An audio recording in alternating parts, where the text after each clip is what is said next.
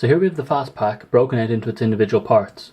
So starting at the rear of the picture, we have the side of the leg armour, back of the leg armour, the shield armour, the backpack armour, the chest armour, the shoulder armour and missiles, the crotch armour, the top of the leg armour, the side of the leg armour, and the actual backpacks themselves.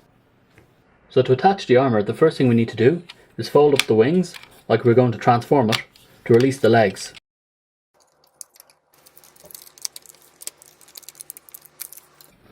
I like to start by detaching the side.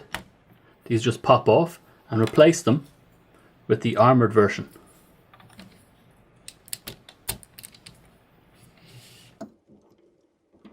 Same thing again. One of the downsides to the fastpack is you have to find somewhere to store these, and they're not actually used as part of the armour. Now before we attach the armour, we have to make sure the tail fins are turned into the legs. The other thing to note is this tab matches up with this port, and this little U shape matches up with this U shape in the leg, and that hole matches up with that hole there. So with everything lined up, push together and it snaps into place. So same thing again on the other side. Line it all up and just push it in. And now at the front we just fold over the two side tabs.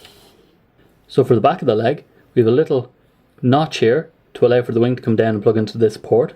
We then have this nub to go into that port and this nub to go into that port, and they all just line up. So with everything aligned you just push down on the back. Like so. Same thing again on the other side. Line everything up and just push it down. We now need to fold the leg section back to where it originally began, like so. As you can see there's a little tab here which is used by the armour to clip in, and then you just push it on and it holds it in place. Like so. While held in place it's a little loose and not quite flush with the main part of the plane. The front of the plane can now be reattached. They're very loose. We now need to tab the wing into the leg unit. There isn't enough tension to hold it in place while you're pushing it down, so you need to hold it in place yourself. Like so. Same thing again on the other side. Hold it in place, fold it over, make sure it's all aligned up correctly so it looks right. Then it should just pop in like so. Fold in the sides as normal, and the little loose leg pads will fall off. The side armour actually adds a nice little line to the plane just as it goes from front to underneath the wing, which is a nice little touch. So to attach the shoulder missiles, we take the little port here, so pop it up onto the side like so. Normally this beam sits flush with the bottom of the pack, but I find when attaching it, it helps to give it a little bit of a bend on it to allow the ball to be more prominent for when you push it onto the back.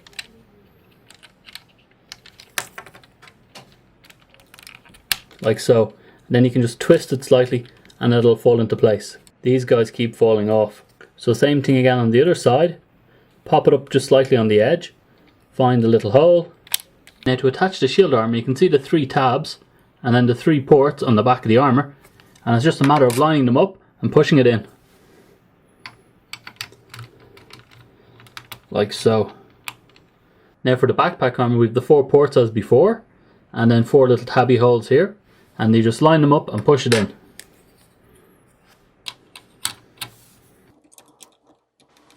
There we go. So to attach the chest armour, the first thing you need to do is put it on, line it up and push it almost into position. Now if you turn it over and underneath, you'll see the little tabs here on each side. So as you can see the two tabs, this one needs to go behind the blue one. So the easiest way to do is just get one almost. Now once you've got them mostly lined underneath, the best way I find is to apply pressure this direction, so pushing into it like so. This sometimes pops, and then once you've applied pressure, again same thing this side, so pushing towards the head on each side, you'll end up with them tabbed into position like so. Now to hold the side boosters in place, so we have a hole here and a slight indentation here, and this will help hold the backpack in position on this tab here and this little ridge here. So there's a ridge here and a tab there. So the trick here is to use the edge on the wing to expand the gap by sliding it up it, which kind of scratches it a little, but it pops it into position. Like so. And then you can just fold out the wing. Like so.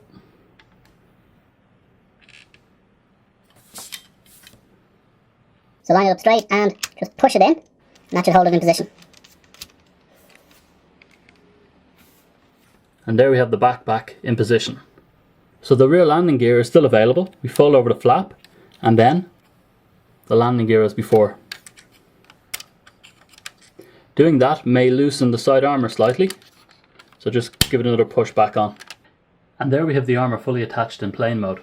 Now the crotch guard isn't required till you go to Batroid mode. To hold a sniper rifle underneath the VF-25, we first need to attach the two little brackets. So at the back we take the long attachment and then just push it on like so. Now I find it easier to open out the cannon at the front to get access to the little butt here. I take my attachment, which has a front and a back like you can see, and then just clip it on here like so. There we go. And once it's in place, just push all these back in. And there we have the cannon ready to attach. The first thing we need to do is open this little attachment, like so. Halfway should be enough, because all we're trying to do is fit that little bit of clip into it. So this little clip goes in the hole there. Now this is fairly difficult to align and show you on camera. And there we go, it's in. Now with the back of the gun in place, just come down and clip in the front like so. And there you have it attached. Now if you can reach in with your nail and push that back, right? Or if you find somebody to do that to do it for you, like the base of the stand. There you go. Oh, look, it fell off. So here we have the stand. As you can see, it's now coloured in yellow. I've hit it with some custom paints. The black looked a little plain, and I like the action base from the 1/72nd scale. So here we have the base, the support stand, the attachment for gear walk and fighter mode, the attachment for Batroid mode, the attachment for gear walk support mode for its backpack, and finally the support for the plane mode. So here we have the attachment for fighter and gear walk mode. Now it just comes apart like so. The bottom part attaches to the base and the top part attaches to the VF-25. Now this makes it much simpler to mount, as you can just connect each parts independently, line them up, and it just snaps in like so. Now the way I configure it for Batroid mode is, I use the support for gear walk and attach it anyway, and this ensures that the model can't fall backwards, which it might do if it was ever to get loose from the attachment. And there we have it configured. Here we have the attachment from the base. Now we just need to line this up with the bottom of the VF-25. There's two little notches to come out and fit into here. There's a cavity. Now if you just line it up and push it in, and you have it attached. Very straightforward. Now what we need to do is take the base and reattach the base part of the stand, like so, and push it down so it's fully in. And there we have it. And now it's just a matter of positioning the model. And here we have the Batroid attached to the stand. Now for gear walk mode, we take this and the support and we put it on the back, like so. We take this and just attach it to the front. So we put the nose of the plane here and the backpack here, and then it all just slips into the base, like so. And it should end up looking like this. So here we have the stand configured for gear walk mode. So what we'll need to do is detach this little bit here so we can connect it to the VF-25. So now what we want to do is just make sure this is tabbed out, like so. So we need to do is just line everything up. This goes into the bottom like so. Then as you can see, it goes down either side. Now it all just pushes in till it becomes mostly flush with the fuselage, but not perfectly so. As you can see, there's a little nub at the top, and we just line everything up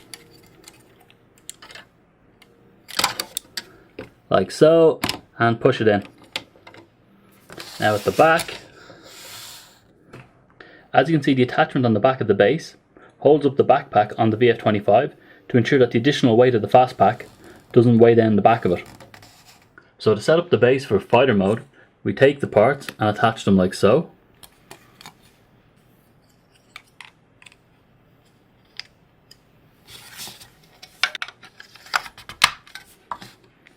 And there we have it configured for fighter plane mode. So with the stand now configured for fighter mode, we need to detach the little clip at the front so we can attach it to the fighter. Now again, we need to make sure this little tab is out, like so. So like we'd previously done in gearwalk mode, this just attaches underneath. The front part in there, like so, just push it down. The back just sits either side of the fuselage and it's held snugly in place.